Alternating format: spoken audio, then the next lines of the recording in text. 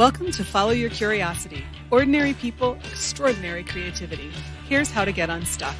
I'm your host, creativity coach Nancy Norbeck. Let's go. My guest this week, Patrick Lombardi, was born and raised in New Jersey, where he still lives and writes for a variety of local and national sites like bestofnj.com, nj.com, and BuzzFeed. His collection of humorous stories and essays, Junk Sale, came out in 2018. He's also the creator of DevourNJ.com, which highlights independent food businesses in New Jersey, and the companion New Jersey Food Truck Cookbook, which was just released in February. Patrick talks to me about how he decided to focus on his writing, the challenges of writing humor, including judging feedback for humorous prose, and why it's so important to engage in your art, whatever it might be. We also talk about his decision to start a website for local food and how he manages all of this on top of a day job and family life with an almost brand new baby. I think you'll enjoy my conversation with Patrick Lombardi. Patrick, welcome to Follow Your Curiosity. Thank you for having me. I appreciate the opportunity. Oh, you're welcome. So I start everybody out with the same question. Were you always a creative kid, or did you find your creative side later on in life?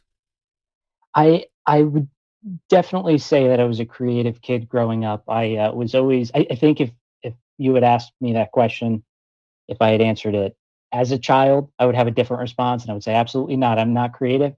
But looking back on myself as a kid, now I definitely was a creative kid. I really enjoyed drawing and writing and music and all that. So I would certainly say that's something that's grown a lot over the years, but it really existed even when I was in elementary school. Did anybody encourage that, or was it just, oh, it's just a kid thing, no big deal? There was, I would say my parents, I came from, even if my parents don't agree, they certainly are creative individuals, and the number one thing being music, and super into music growing up. And my mother, actually, when she moved to America, she played piano. My grandma signed her up for piano lessons up until she was about 18, I think. And then my dad played drums as a kid. So they also just loved music. There was always music playing in the house, in the car. And that was the big, I think that was the big spark that got everything going. And also my mom drew, I think she did more so before I was born, but then I remember in school she would draw stuff for me, like little, not even doodles, but like cartoons and stuff like that. So they definitely are creative individuals. And I would say maybe indirectly so encourage that. I never felt discouraged from it. So were you a musician since you grew up with musicians, or did you just kind of absorb it through the ether? Yeah, I guess I more so absorbed it. I started teaching myself, I think I was 9 or so. And my aunt got me one of those keyboards. There really weren't many keys on it. I think wasn't a synthesizer. It was a little bit bigger than that, maybe 50 or fewer keys than that. And I started teaching myself piano on there. And then after that, a few years after that, I started learning guitar. So I was teaching myself guitar. And then I bought like a very crappy old drum kit, and I started teaching myself that. But by that point, I was a little bit older, and I'm just terrible at drums. But otherwise, yeah, I started learning instruments. And so I wouldn't classify myself as a musician, but it's certainly something I enjoy, at least noodling around with. Well, I noticed the guitar on your wall, so. Oh, yes, that's right. It's in the shot. Oh, it is. Yeah, I got a couple there. There's two. So were you writing a lot as a kid then? Yes. So I don't remember what age it was when we really started to get into those. They gave us like hardcover books, and they were blank. It was a white cover, white back cover, hardcover, and then they had just white blank pages, no lines in them, and it almost resembled a sketchbook, but it really looked, and it was in the shape of what picture books are for kids, hardcover picture books. And so every year we do have one assignment where we would write, and it would be a particular assignment for a particular story, and we would write either our own version or kind of copy what the teacher did for us, and we'd draw in there as well. So I remember doing that as a kid and really, really enjoying it. And then I think it was around 8 or so and could finally start to put some words together, sentences, or maybe a little bit more advanced than that. At 8 years old, I can't really remember, but I wrote a story about my pet turtle, like just on my own. I did, and so I would do little goofy little stories like that, and I had a lot of fun doing it.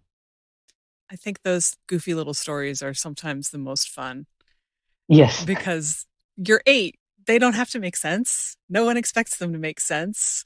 And they're sort of like your own personal Mad Libs that way. You know, you just throw words in there and say, look, it's a story. Because I remember doing that too. I wrote a story about having the chicken pox when my brother had it. Little did I know I was next. But but yeah, did anybody react to your story like in a positive way, or did they just kind of say it's an 8-year-old story? It doesn't really make any sense. That was kind of the exact response. I would always show my mom first, and for whatever reason, because I perpetually didn't get a positive response, it would always be, "Oh, well, this isn't possible." Right? Well, yeah, I know, I guess, but I was just doing a story. But it's funny now to look back on. I actually get a little bit of amusement out of it. That my mom, like I would show my mom stuff, and then I would get the response, "Oh, well, why did you write this?" Like as if like as if I was giving away a secret family recipe or something. And so it was good. I mean, they were certainly encouraging parents, more a lot so now with the writing that I do now. But I would always get those types of responses, and I always thought that was pretty funny. Maybe not at the time. I was going to say it's easier to put them in perspective now than it is when you're 8. Yes. So then did you keep writing in high school? Yeah, I did slow down at one point. I think that was more so around middle school, where or maybe even a little bit sooner than that, because we had intermediate school 5 and 6, and then 7, 8 was middle school. And I think somewhere around there, really wasn't reading much, and I was a voracious reader as a child, going through, the Magic Treehouse books I remember, and even sooner than that, there were some picture books, and then series of unfortunate events and Goosebumps, and I was really into those. And then once I got to, yeah, around middle school or so, I just wasn't reading as much. I wasn't writing as much. And then I think once I got to high school was where I started reading again, but I was reading more, Stephen King and H.P. Lovecraft as a young teenager, and that's when I started getting into Harlan Coben and mysteries and thrillers like that too. Wow. Is there one of those that you think has been the biggest influence on you? Oh, that's hard to choose. I guess so. I I I would say, of what I mentioned, I I'd probably say Stephen King. It's hard to pick because I did really have a lot of interest. I really love the H.P. Lovecraft stories a lot, and but then reading On Writing by Stephen King really significantly helped, and I think it put a lot of things into perspective, and was really interesting learning about his life, but then also his process, and how his stories sort of come to be. And so that had a huge influence. And I early on, actually in high school, I wrote a couple horror short stories. I'm never capable of writing a full novel. I don't know if I just don't have the talent or the attention span. I don't know what it is. I just can't do it. So I'll write short stories and essays and stuff like that. So I had kind of almost started doing horror, and then that's something that for the first time in years I revisited this past November for NaNoWriMo. I'm like, you know what? I'll try this out this year, and I was writing horror short stories again, and it kind of felt like I was back in high school where I was reading Stephen King and more consistently, and all those authors. So I would say that he certainly had a big influence on me. And then as we got into college, I think it was college, or maybe it was end of high school when I got into David Sedaris, into humor. And college was more so where I was writing that humor, and that's where all those stories and the essays from my first book really came from, was college, and that influence. And So did you have good outlets in college? Like did you get the school paper or a literary magazine or anything like that? Or were you just doing this on your own? I was doing it on my own. Yeah, I know I submitted a couple of things to the literary magazine, but I never, as far as I know, I never. I think I got rejected from from anything I submitted. So nothing I don't think ever published.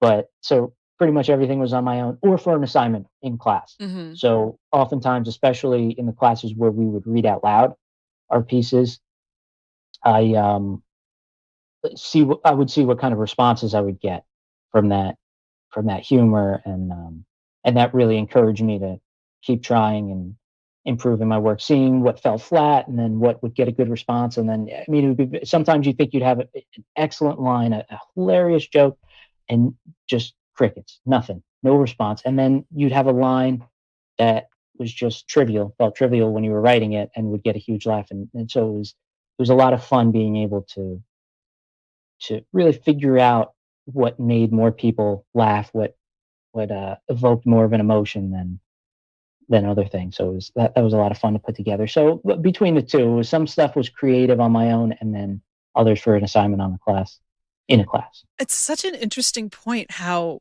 having an actual audience and reading it out loud changes everything about how you see what you've written, about how you understand how it's received. And yet, you know, some of the humor could be in the way that you read it. So how do how do you figure out, was it just because I read this line this way, or was it something else? But it's fascinating because with humor in particular, you really kind of need that feedback in a way that you might not if you're just writing straight fiction or news stories. Yeah, absolutely. And it's an interesting concept trying to determine, like, exactly what you said, whether it's just the line, the way it's written, it's funny, or if it's the inflection you put in your voice when you read it, and what preceded it, what followed it, and what kind of increased that humor. And it's difficult.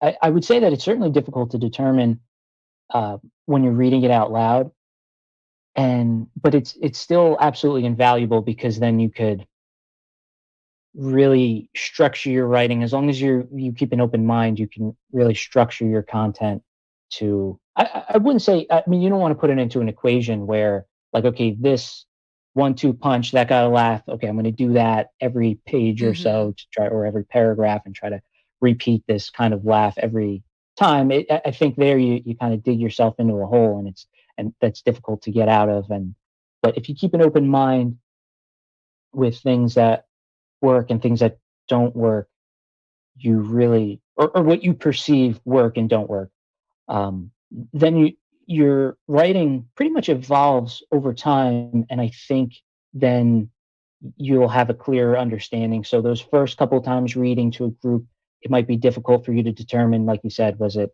the line itself, or was it how I read it? And then as you do it over time throughout a semester or a year or a couple of years in school or in a writing group, you'll start to get a significantly better feel. So I think over time is really the, the glue there, or whatever analogy I'm looking for, that helps you. And it's certainly, like I said, it's certainly invaluable to. I would encourage anybody to even join a writing group, even if it's not humor, and Yeah. really anything you could get a good feel. I My wife is always my first reader, and I don't read it out loud to her, but I give it to her, and I make sure, I always print everything out, and I'm editing, and then I'll make the changes on the computer. I'll print it out again, and I'll go through however many drafts. And then finally, before I read it to the writers group, I'll give it to her to get her reaction. It's predominantly humor. So obviously looking for those laughs. And that's a good way to, for me at least, to see what worked. Like if she chuckles, oh, would you just read? Or along those lines. So, um, that's another thing. I mean, if you have that opportunity as a writer, it's definitely something to take advantage of, just having somebody read it. And they don't necessarily have to be a writer, they don't have to be a big reader. I mean, preferably if they're at least a reader, but they don't have to be a writer. I think a lot of times as writers, we look up to certain individuals who we perceive have a significant talent, and we want to always get their feedback. But I guess the fact is that a lot of people who are going to be reading our stuff are readers themselves and not necessarily writers. So it's always good to get that kind of perspective too, from people who, well, I'm no good at writing. I can't pick out grammatical errors, but it's really, well, how did this piece make you feel? What stuck out to you? What Right. made you pause? And all that kind of stuff. Yeah, and it's so interesting that so many people think that they have to have that particular skill set in order to just say what they thought about something. Yeah. I'm not writing just for other writers. I'm writing for anybody who wants to pick this up and read it. So your point of view is just as valuable as somebody else's. Yeah, absolutely. Yeah. And I think it's interesting. So is your writing group tailored toward humor, or is it a more general writing group? It's more general. So there's one writer in there, one other writer who writes humor as well, and then some of them mix in humor into their pieces, and they're hilarious when they do that too. But it is general, and they mostly write in nonfiction. I would say there's some fiction that pops up, but I think all of them write nonfiction and sometimes present fiction pieces, short fiction pieces. It's just interesting because one of the things that I have said on this podcast a lot is that not everybody is your audience. So it's kind of like, yes, there is definitely value in joining a writers group. But if you're looking for something like, how do you react to this humorous piece? You've got to have people who are your actual audience to get a really Mhm. good feel for that, which is why I wondered, because I would think that that might be easier in a group of people who write humor, though not necessarily, because not everybody's sense of humor is the same either. So I don't know if you've had experience where, somebody just sits there and goes, I don't get it. Even in the writers group. I mean, I think that that's got to be a pretty common experience for most people who are sharing their work, especially when it's something that is, I don't want to say tailored or meant for, but is likely to find more of its own particular audience than a more general thing. Yeah, it's interesting that you brought that up because it's something that you think about, especially when you have two people give you or multiple people give you conflicting feedback where something, oh, this was hilarious. Oh, I think that fell flat. And sometimes it comes, one way or the other. Sometimes the first response you hear, the first piece of feedback you hear is, you brought this up, but I don't think that really worked. And then the next was that, "Oh, well, I thought it was hilarious." And then sometimes the person will say, "I think this is hilarious." And then the next bit of feedback was, "Oh, I don't think that worked. I didn't get it." Or so kind of what you said. And I think that really, depending on the order it comes in, really messes with you. And then at a point, do you change it, or do you maybe let it sit for a while and then come back to that piece, or maybe get more people's feedback? And especially when you don't know who, if the people you're reading to are necessarily going to be your audience. If this were to be published in a journal, or in a book itself, of either a collection of your own or with an anthology with other people, you don't know. There are a lot of different ways you could kind of try to wrap your head around it. I think almost, at least myself, I'll drive myself nuts trying trying to think about, like, well, this person said it was funny. Um, because then there's the idea that you shouldn't. I think David Sedaris said this. You might have a funny line, you might have a joke, and you don't want to build an essay around that, because then you'll wind up, you most likely will wind up compromising your entire piece. And if you cut out that laugh, you can potentially build a much stronger piece from what's left over. And so that's, I mean, that's a whole other thing to consider, because if somebody said it didn't fell if somebody said it fell flat, it doesn't necessarily mean that it's not funny.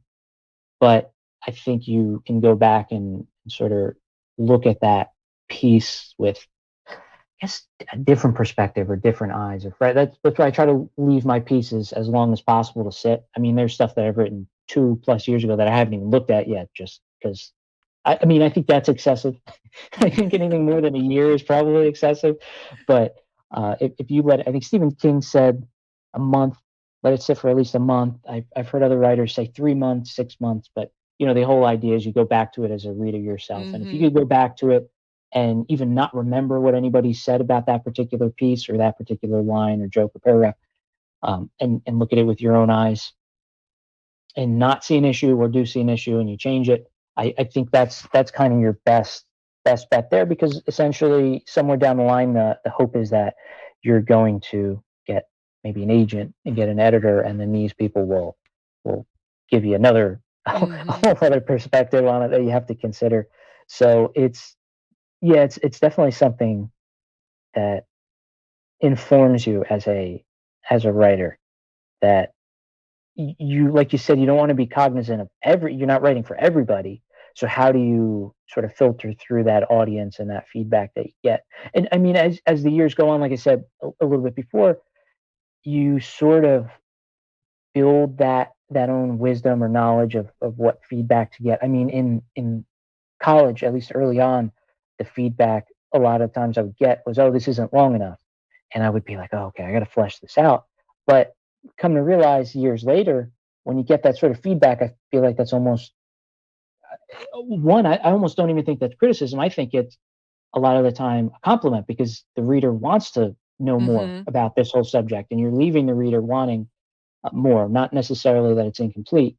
And sometimes either that's the result, or that that's the intent behind the criticism.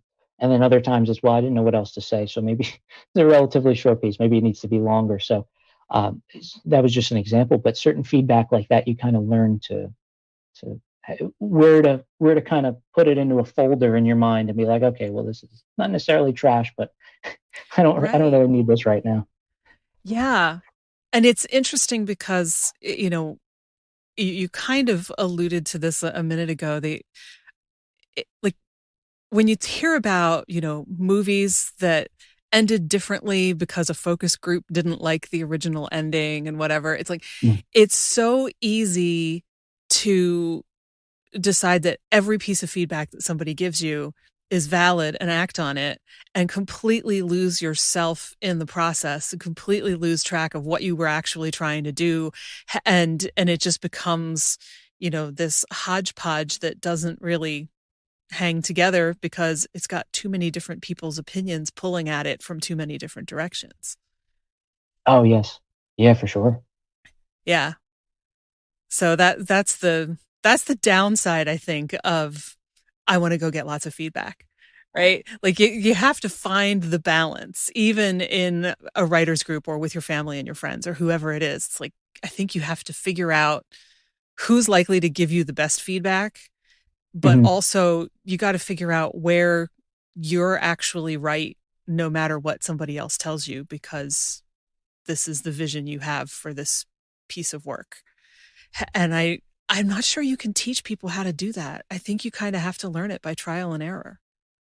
Yeah, exactly. It's somewhat being resilient and believing in yourself. But then I think as writers, we're inherently doubtful of ourselves and question our abilities and our talents all the time. No matter how much positive feedback we get, because that sometimes doesn't measure up to the one rejection or the bit of criticism that we receive.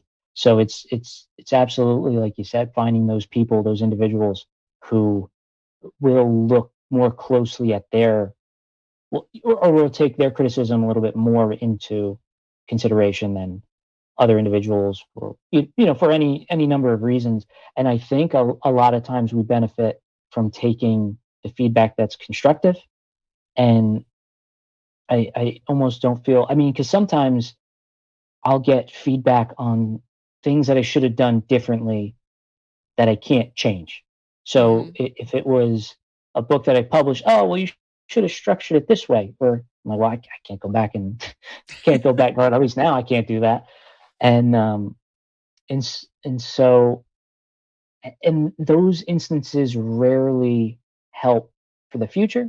Sometimes they do, but it a lot of times is specific to that particular project. So if you find people who give you particularly constructive criticism that you respect, I mean that helps because I mean I'm speaking from personal experience. Sometimes I'll look at criticism that's not constructive whatsoever and is just straight negative, and I'm like, well, that person has a point, and but chances are they don't. They're just and they could be in a particular mood on that day, or Mm-hmm. they just not into humor or whatever genre I've written, or not into those subject matter. Really any number of reasons they could be giving bad feedback with no bit of helpfulness whatsoever. So I think um, I say this now to hopefully help or assist writers in some way, and then the next time I get negative feedback tomorrow, I'll be like, "Well, that person's right. I should just quit."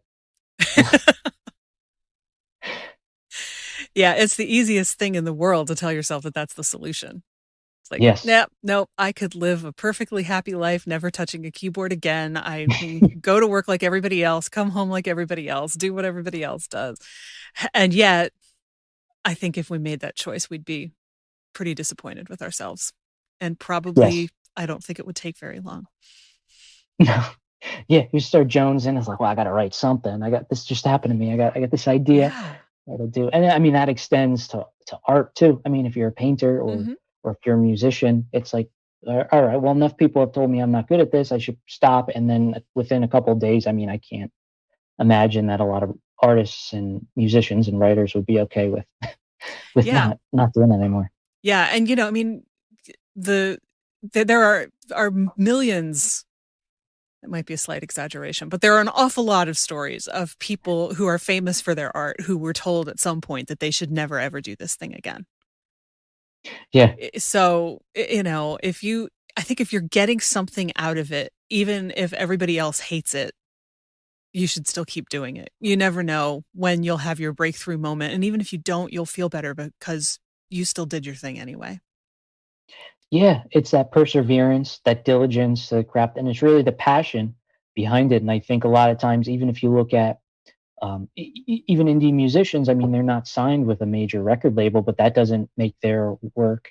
It goes for authors as well, and I mean that doesn't make their work any less significant or their talent doesn't diminish their talent whatsoever. I mean, some phenomenal musicians just aren't signed, Right. and it's either not their time yet, or I don't know the number of different circumstances there could be, but if if they just stop doing what they're doing, I mean, they're going to really do themselves a disservice. And even if you don't have a ton of fans, I mean, you're going to do them a disservice as well because they get an enjoyment out of your music or out of your writing. So even if it's a handful of people or just your immediate family or just yourself, I think that's just art is so uh, therapeutic.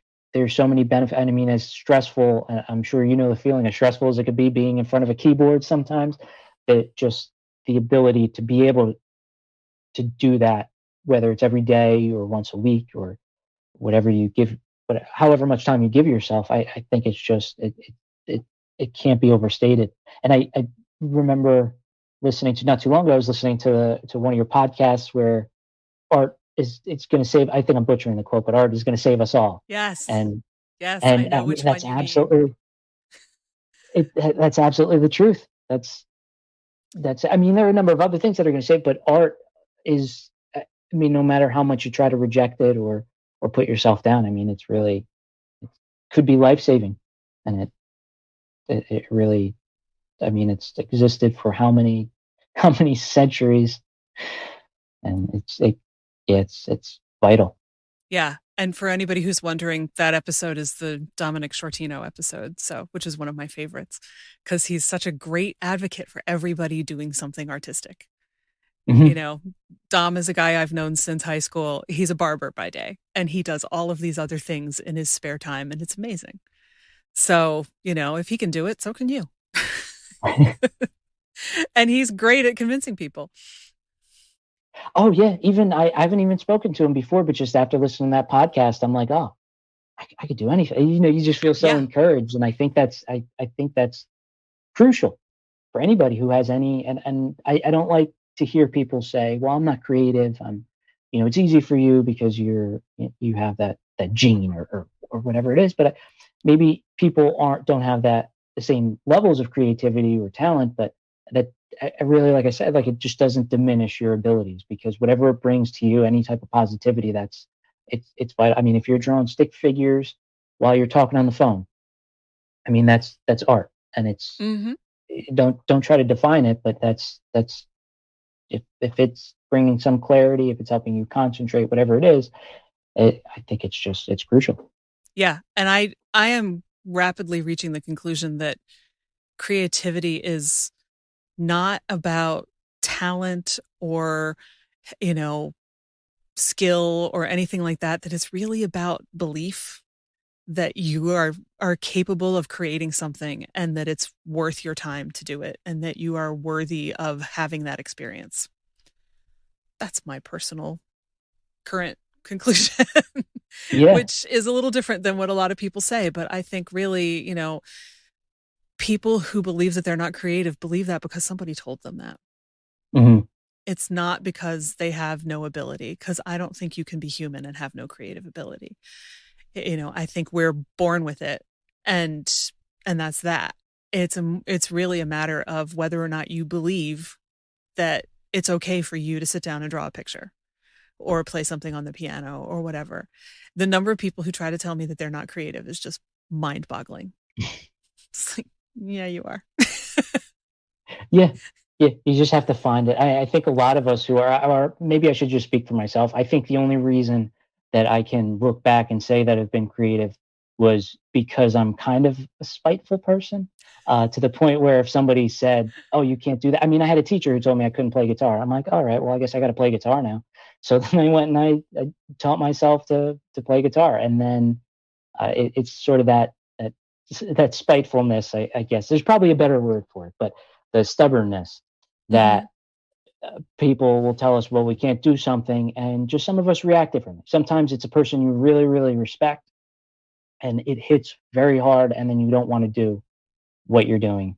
Whether it's drawing or whatever craft you're in, you don't want to further it because you just you respect that person and their opinions, and you take that as fact rather than just somebody's view because of a given mood on a particular day. Wrong place, wrong time. Mm-hmm. Or you, not that you don't respect somebody, but you don't take what they say um, to heart all the time. And then you're like, well, you said I can't do that, so now I have to do it. And I think, at least for me, that was a big driving force. Um, for other artists, I'm sure other artists are that way too, where they've perfected their craft, or maybe not necessarily perfected it, but because that's subjective, but they've really improved their craft in their artwork because somebody told them that they couldn't do it. So, Yeah, I um, mean, I think it's healthy to have a good dose of "I'll show you" kind of energy, because that's really what that is, right? And it's kind of why reverse psychology works. You tell the yeah, right person, "Yeah, you can't do that," just to see if they'll say, "I'm going to show you. I'm going to do the best thing I can do." But I think that's really healthy because otherwise it's way too easy to listen to people who say, yeah, I'm sorry. That's like the fifth bird you've tried to draw, and they're all terrible. And this bird thing and the drawing thing is just not for you. Maybe you should go play soccer instead. And I mean, for some people, soccer is the thing. And I mean, I think there's creativity in all of that stuff. But I think you really need to have that energy, especially if you feel like, no, I really want to write. This is the thing I love doing, and I'm not going to let you take it from me. You have to protect that part of yourself because if you don't, I think that's where a lot of misery comes from. Is people who believe that they can't do the thing that they really love to do because somebody said. And so they try to plod along without it, and then they wonder why something does just never seems right. It's like, well, yeah, because you gave up on that part of yourself. yeah, Understandably, but still. Yeah. yeah, for sure. I mean, as we get older, our priorities get different, or they. And I was talking to a friend about this recently, where I mean, we sort of sometimes rank things in our mind. So even if somebody didn't necessarily tell us that our writing is terrible, we just kind of come to the conclusion, well, I'm not making any money from it, and I gotta work full time. I have a family to support, or whatever your situation may be. I gotta pay rent. I gotta pay my car insurance. I have bills. I can't focus on writing words or writing music or painting because that's just not. I can't send that to PSE&G. That they're not going to keep my power on if I say, well, I painted this really nice painting that nobody wants to buy. So, but the thing is, we I feel like we lose a bit of ourselves if we cut that out. It's not good for our mental health. And no matter how much we try to, well, that on my list of important uh, elements of my life, writing is down at number 8, so I have 7 other things I have to prioritize before I get to my writing. But I mean, I guess that goes into the entire argument about mental health, and sometimes even specifically for ourselves, we just don't give Hmm. it a lot of thought sometimes. And I think tied into that is our art and our passions. And it doesn't necessarily have to be art. I keep naming the same three art Right. forms, but it really goes into woodworking. Or Hmm. I mean, as I get older, I realize that there's creativity in just about everything. There's art in just about everything. And some things are a little bit more analytical and than other things. And I mean, but I don't think we should classify it. I think whatever brings you a certain amount of happiness or whatever you're passionate about, I think that's something you can dive into. I mean, if you're passionate about watching television, and that's something right there.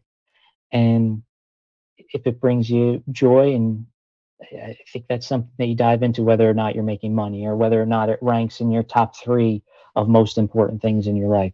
And I think that's important that we don't just write that off, whether or not somebody told us Yeah. that we should. Yeah, I agree wholeheartedly. I'm sure you're shocked. But, but yeah, and I think that, yeah, whatever you're passionate about is your art, Yes. so, and that's part of why I have made sure that I talk to people who do things on this podcast that are not things that people think of as creative, like mathematicians, and accountants and, whatever else comes out. Like there's art in all of that, Hmm. and we just don't recognize it. And then, you get that cultural message that says, oh, but we need mathematicians. We don't need painters. I'm like, really? Have you ever walked into a house that has no art on the wall? Really? Also, I am a big fan of the electric company taking paintings as payment. I think that would be amazing. But I'm not going to hold my breath for it, but I think it would be fantastic.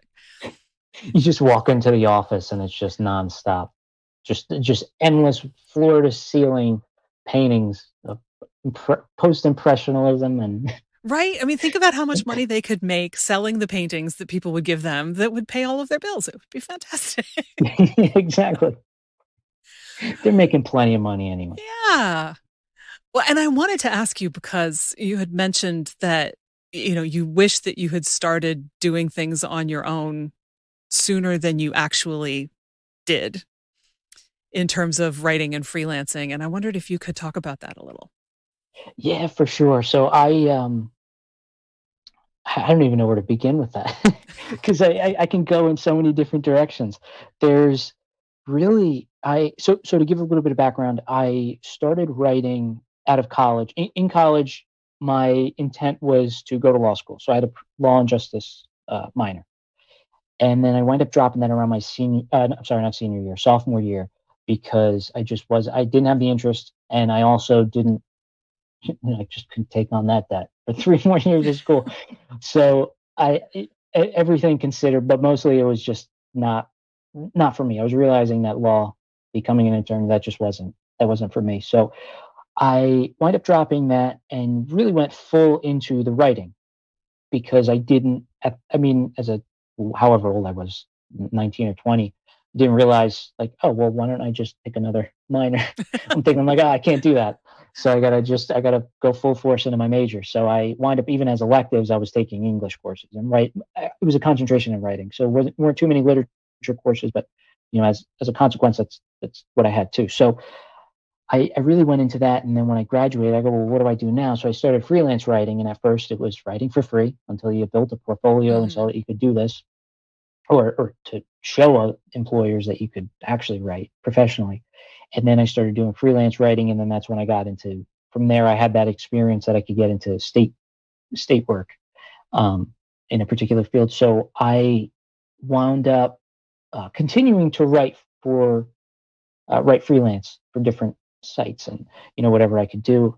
And it, there's sometimes you come across instances where you want to do something a particular way, and you really have to report to somebody, you have to answer to somebody, and that's just the way it is. Like they have the final say, and that's how it goes. And for myself, I really became accustomed to it because it was inconsequential. It would be I wanted this to be my intro, and now it doesn't even exist in the entire article. And a lot of times I always try to keep an open mind where, like, well, this person knows what they're doing. They know what they want to put out, but sometimes it's really just it's maybe not necessarily their experience, but more so what they're going for is a different message, whether it's dollar signs or really just or anything else. So I really always wanted to do my own blog or something. And I mean, it's so accessible now. You can make a WordPress page or go on Wix site for absolutely for free. And you Mm-hmm. can make your own page and you could write whatever you want, and then you gain your followers. And well, I mean, that's the hope is you get your following, or you just write to the same person over and over again. And so, but I guess I never really had the drive to do that. And I just continued to write freelance and just do, what I was doing. And you get into, I don't want to say that it was a rut, but that's essentially what it was, no, well, it really wasn't. It really wasn't a rut. It was just more so just being comfortable and just doing, what I know to do. So one day I was talking to my wife and I really wanted to do something. I was talking to my wife, Christine, and she goes, "Well, why don't you just start your own site? Like you have this clear vision, you could do this." And of course, just the mood I was in, I'm like, "I can't do that. Are you kidding me? That's so ridiculous. I can't do this." I think she walks away, and then 10 seconds, I'm standing there. I'm like, "Wait a second, I could do this." So I track her down. I go, "That's a great idea. I'm glad you give me that. I can absolutely do this." So that's when I wound up founding just recently devourenj.com and made, I mean, right away that night I bought the dome. I had the idea for the name of the site that I wanted. So I bought the domain name. I created most of the social media, Facebook and Instagram and Twitter, I think. And so I really it was almost this release where it was okay. I'm not going to make any money from this. Like obviously with the freelance writing, I'm getting a check. This I'm not going to get anything, or at least for now. And but it's just so much more rewarding to be able to do something on your if you want to. Some people don't want to do anything on their own. They really don't. They don't have that passion. Whether it's they don't want the idea, they don't want the responsibility. I mean, nothing particularly negative, but some people just don't want. That's just not Mm-hmm. in the start. They just don't want it. So, but I mean, if it's something that you're thinking about for a number of years, it's just so rewarding to be able to say that one, this is mine, but two, like I have the final say. Like I can't say like, oh well, yeah, if it's got to go through this chain. So hopefully at the end it looks the same as what I'm presenting to you now is what the story is going to be or what the whole presentation is going to be like. So to be able to say, oh, this is what I'm doing, this is what's going to go on the site, this is how many times I'm going to share it on Facebook, and I have 10 followers or however many followers I have, they're going to see it. Hopefully, they'll share it, and it'll, you'll get some recognition. So a little bit of the background of the site is really featuring all different kind of food entities, whether it's restaurants, food trucks, which is a series that I had been doing for 5 or 6 years. 2018, I guess I started.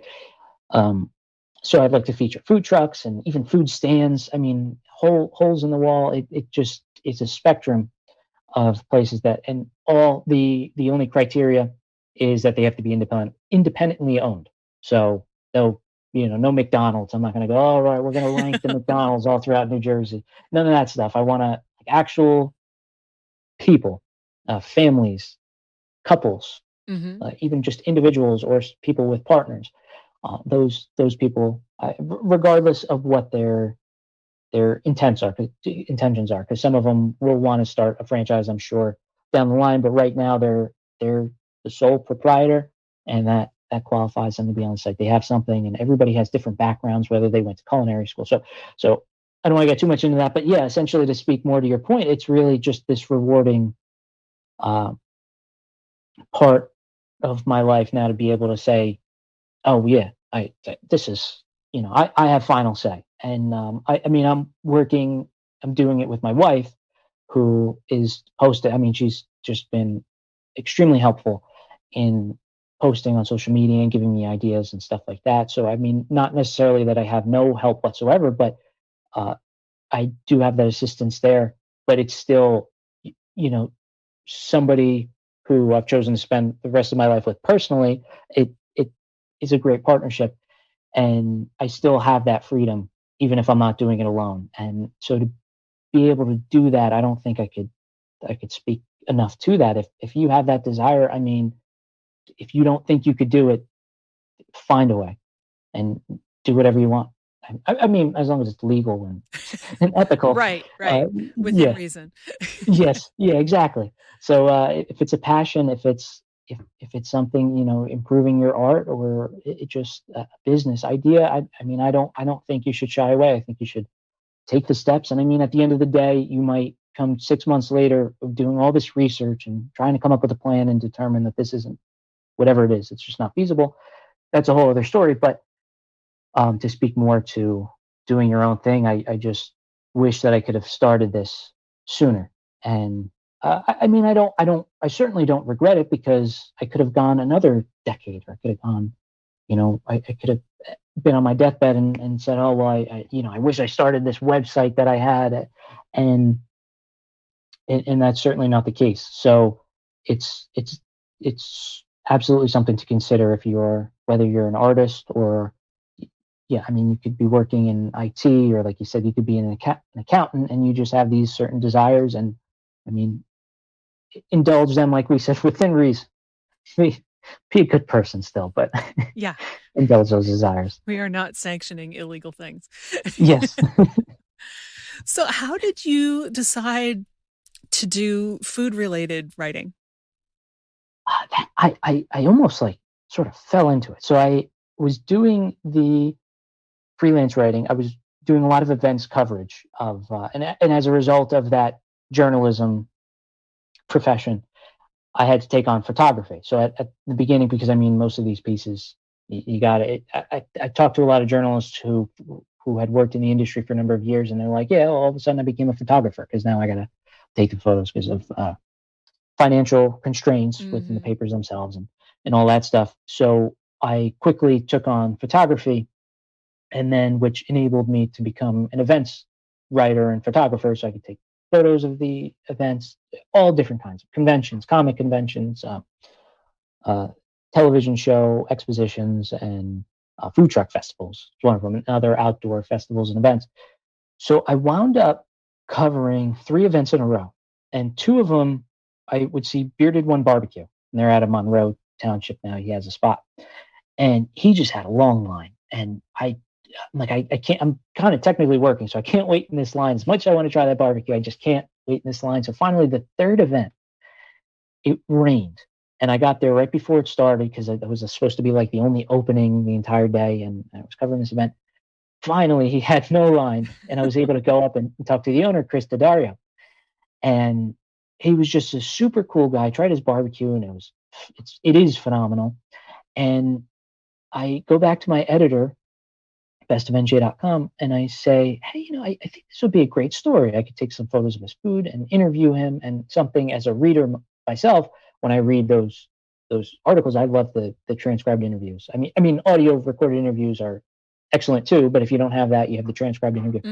And I love reading those and hearing what these people actually say, rather than what a journalist says about them. So I thought that would be a great element to it. You have the transcribed interview, you got the pictures of food. I mean, you can't go wrong. Right. So that was the introduction to it. Then once I interviewed him and his wife Jess, we my editor greenlit it. He said, go ahead.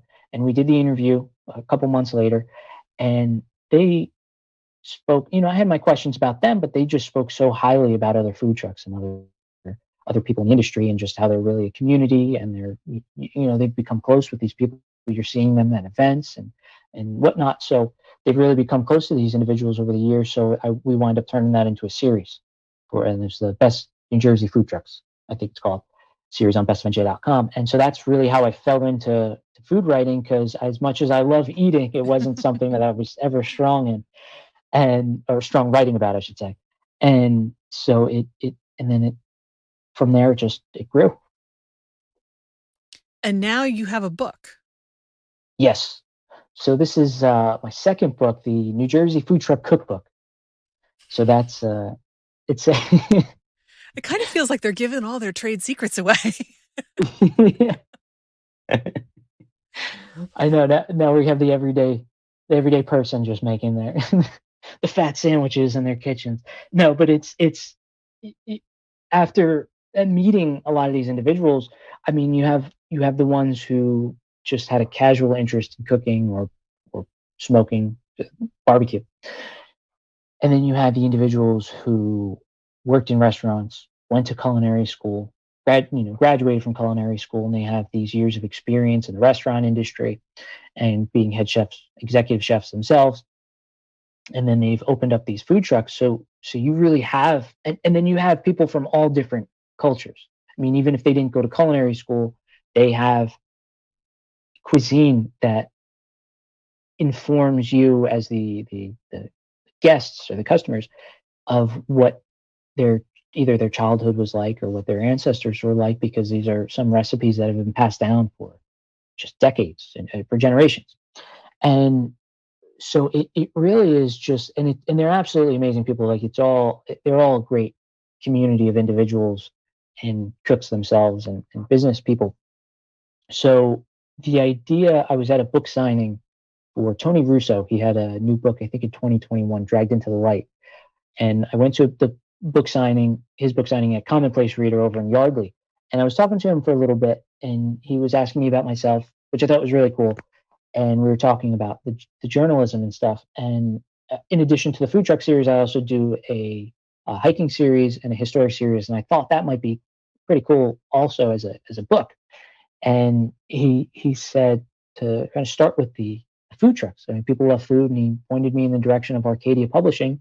He goes, you could, just sort of replicate the series in a book form. I thought that was great. So as soon as I got home, I sat down at my desk and I'm like, oh, you know what? Okay, so how am I going to do this? How am I going to pitch this? And then I thought, oh, you know what? They have a ton of recipes. Like, I don't want to steal any of their secret recipes. Madalena's has their cheesesteak recipe, cheesecake recipe. I'm sorry. Very, very different. Small difference there. So they have their cheesecake recipe. I don't want to take that from them. Brownie Bar have brownies. I don't want to steal that from them. But stuff that would really, that they think represents them well. So if somebody made it in their own kitchen and then would want to go and hire them for a catering event or go visit them, their shop or their food truck at an event. So I reach out to my editor shortly after that, after I came up with the concept, the whole idea that I had for it. And I reached out to him as pretty much as a courtesy, just to let him know that this was the idea I had. I was probably going to use some photos and maybe some of the articles and interviews for the book as well, because I wanted to feature not all, but some of the same food trucks and then some new trucks in the book as well. And so he said we decided to go and work on it together. And then over the course of the next year, we secured a book deal. And then I would just meet with a ton of different food truck owners and take photos and interviews and transcribe their recipes as well. Or, they'd send them in and really just go over everything. And I learned so much more about them. And it was it's a long year, but it really reinforced, I guess would be the word, my love of food, my interest in food trucks, my love of food, and that was it's really nice to have this collection of just some of the greatest people in the food business, and then also some of the best food trucks in our state and probably around the country, in one collection, and they be able to share bits of themselves. I mean, everybody has a different story in there. So I can't, even if you go into Barnes and Noble and just peruse the book and then check out the food trucks on your own. I mean, the publisher probably wouldn't be happy that I'm saying that. I'm not discouraging anybody from buying the book, but I mean, just absolutely check out the food trucks in the New Jersey Food Truck Cookbook. And it was a lot of fun. It sounds like it. Yeah, to be able to talk to these people and really get their whole stories and everything. And that's kind of what I'm hoping to do with Devour NJ, is to boost their businesses. I hope I can do that, but also to really learn about these people and to kind of, I think we're in a time now where we want to spread awareness for any number of things.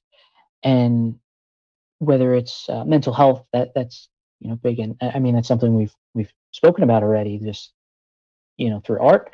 But we're in a time where we want to spread awareness about a lot of stuff, because there's just, I mean, there's so many avenues to spread awareness, to spread information, and a lot of times people are doing it solely to make money or to for a particular political or social reason. We're spreading certain information, but bringing awareness to the positivity out there, whether it's through food, music, art, really anything. I think I think that's really important. So I think I just went off on a random That's okay. tangent. But I think we're on a whole other subject. But yeah, the book is a cool little collection. And then, if nothing else, I mean, you're learning about awesome food trucks that are going to make you salivate for sure. Yeah, definitely.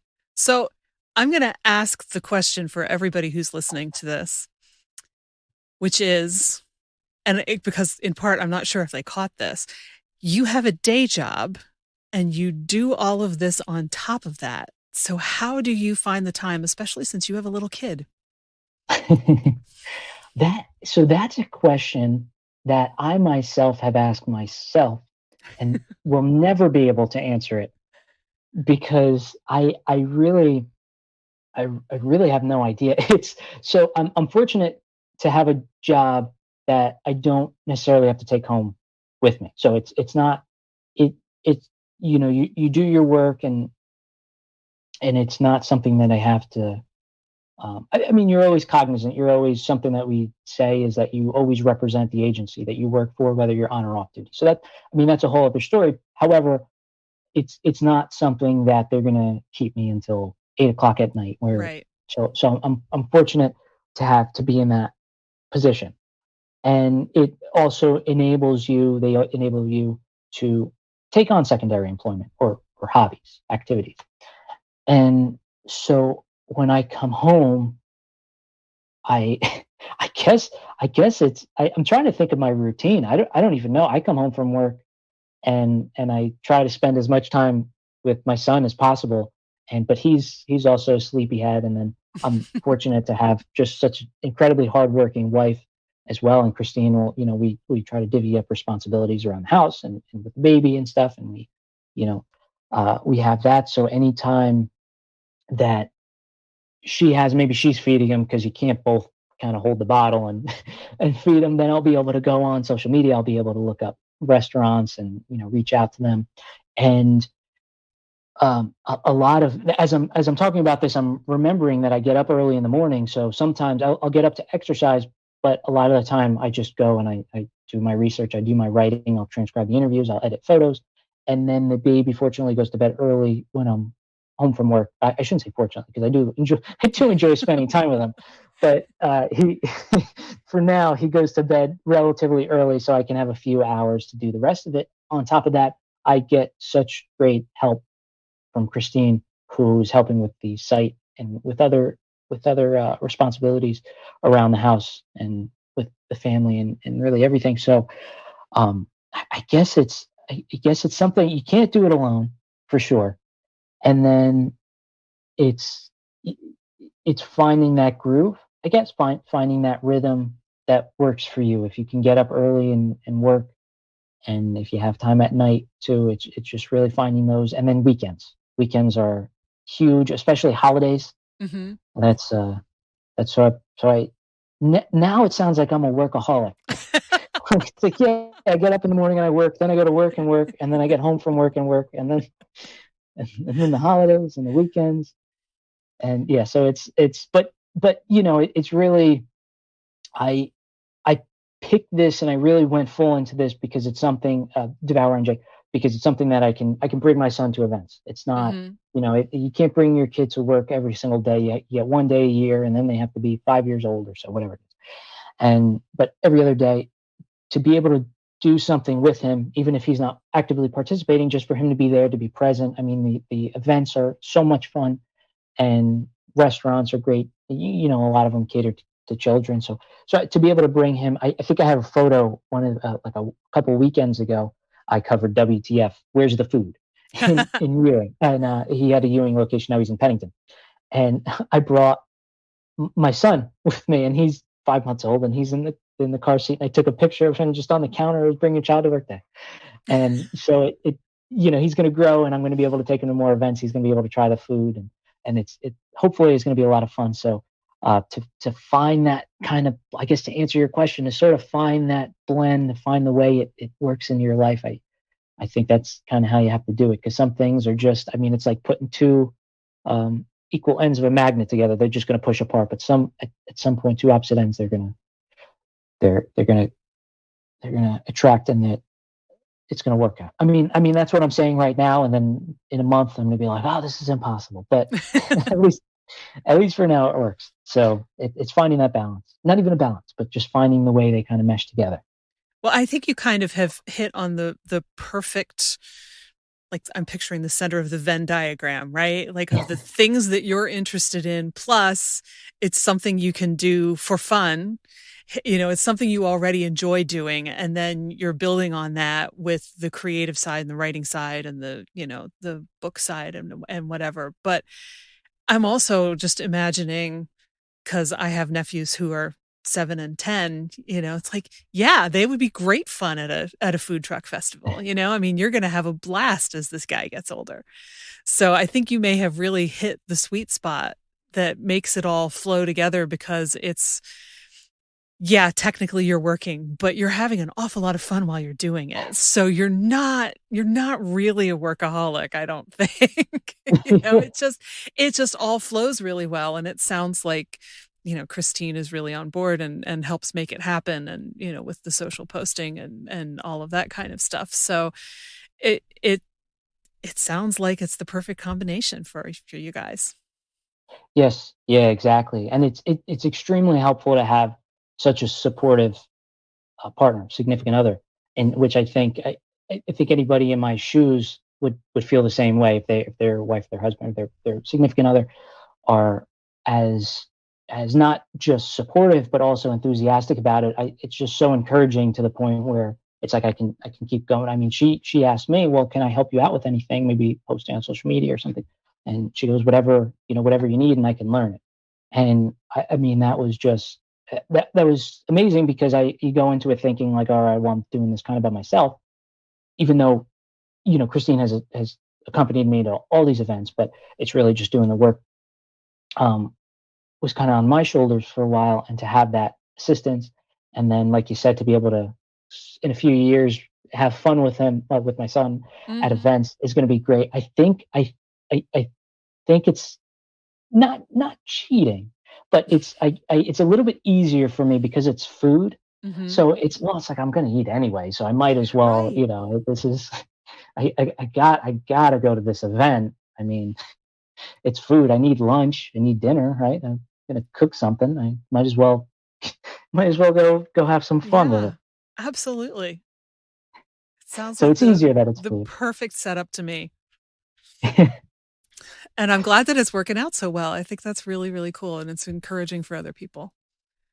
Go try your thing. Yes, yeah, exactly. And I mean, we hear, especially as writers, if there are a lot of writers listening to this, you just s- face so much rejection, or so many trials and tribulations, and we hear about how many times best-selling authors were rejected, and the number of failures that aren't necessarily failures. They're just help guide you into where, maybe not where you should be going, but because I don't want to word it that way, but what's right for you, maybe. Hmm. If they're learning experiences, they help you develop your craft a bit better, develop, like, grow your passions. And so it's not that I just all of a sudden stumbled on a website. I mean, I've been doing this for nearly a decade, which, I mean, to some people probably isn't a long time, but it's just, I've faced the countless rejection, and there have been failures, and there have been attempts to do other things, and then it's just when I finally found what I was more passionate about, and also found, what I mean, I don't like to say that I'm good at it, because I mean, I have my self doubt. I'll still be like, yeah, I mean, I'm a terrible photographer, but here are 100 photos of food for you that I just took. But that was my job. That's what I was getting paid for a number of years. So at least, if even if I'm not good at it, it's something that I was able to have a passable ability at. And So I really kind of put all those, it's that melting pot, or that Mm-hmm. that you put all, a little bit of, here's a little bit of photography, here's a little bit of food, here's a little bit of writing, and then what can I do with this? Oh, here's some social media experience. Okay, I'll make a website. So it really, to kind of summarize that, but it was not. It's not always something that you can stumble upon. You'll hear those stories of people just like, oh yeah, I didn't mean to become to go viral on, but Mm-hmm. now I'm acting in Hollywood.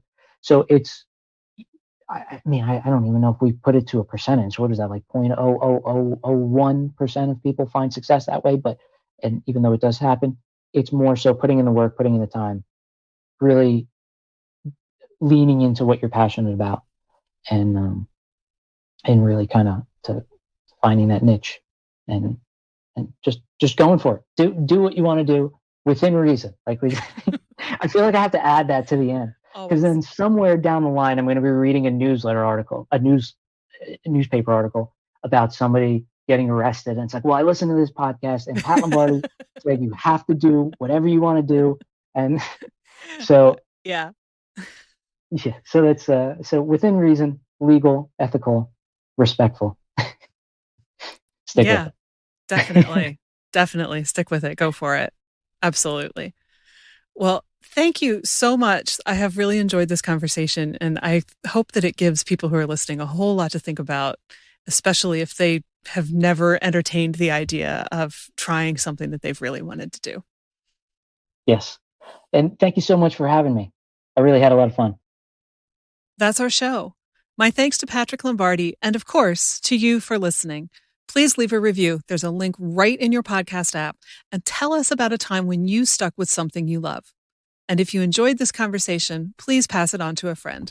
Thanks so much. If this episode resonated with you, don't forget to get in touch on any of my social platforms or even via email at nancy@fycuriosity.com and tell me what you loved. And if you're feeling a little bit less than confident in your creative process right now, and you haven't yet signed up for my free email series on 6 of the most common creative beliefs that are messing you up, please check it out. It'll untangle those myths and help you get rolling again. You can find it at fycuriosity.com, and there's also a link right in your podcast app. See you there, and see you next week. Follow Your Curiosity is produced by me, Nancy Norbeck, with music by Joseph McDade. If you like Follow Your Curiosity, please subscribe, rate, and review on Apple Podcasts or wherever you get your podcasts. And don't forget to tell your friends. It really helps me reach new listeners. Thanks.